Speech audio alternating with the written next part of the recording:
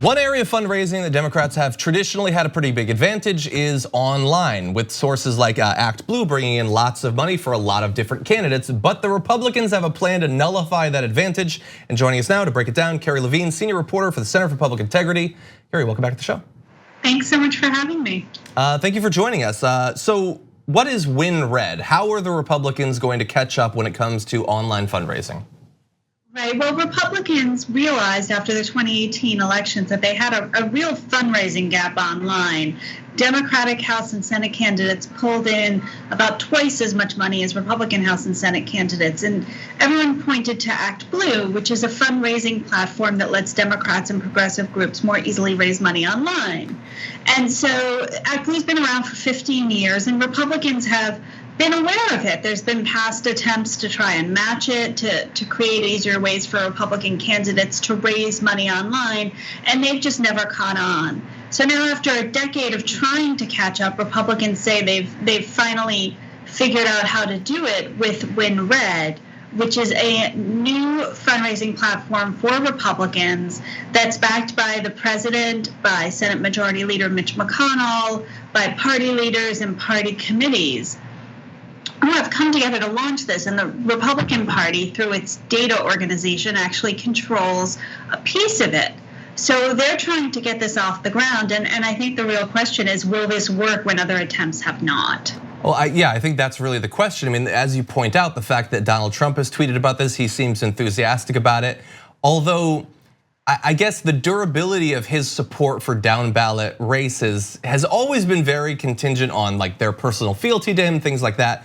I mean, you've studied these past attempts to set up a platform like WinRed. Does this one stand out as something that could work when others have not? Well, you touched on a really interesting point, which is that, how will the president translate his own success with small dollar donors? Because he has actually been very successful with small dollar donors to other down ballot candidates. And that's something that really hasn't happened yet.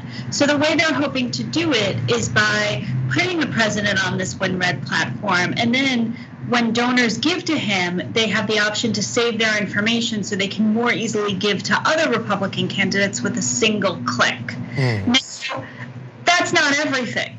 One way or another, these candidates have to find these donors, have to make them want to contribute to them.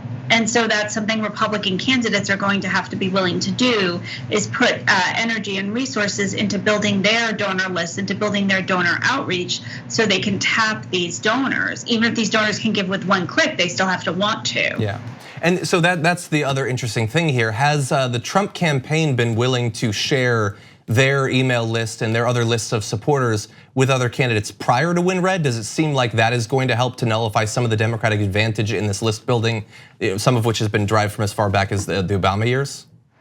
Right, so one thing that is different is that you often see Democratic candidates raising money together, sending out emails to their lists on behalf of other candidates. And that kind of tandem fundraising, where they then split the proceeds and share the sort of data that comes out of it, the donor contact information that comes out of it, is something that Republicans have been eyeing with envy. But there's going to have to be a cultural shift on the Republican side for them to do that. And obviously Trump's donor list is really just the most robust one right now. It's a national list. He's got a zillion donors that have given to him. And so I think people are really hoping to leverage it through this, whether they'll actually be able to, and whether those donors want to give to other Republican candidates, even if the president tells them to, is something that we just don't know yet. Although it does look like they have set up this platform early enough that it could make a mark in this upcoming election. So perhaps that will be the first big test for it. Carrie Levine of the Center for Public Integrity, thank you as always for joining us. Thank you.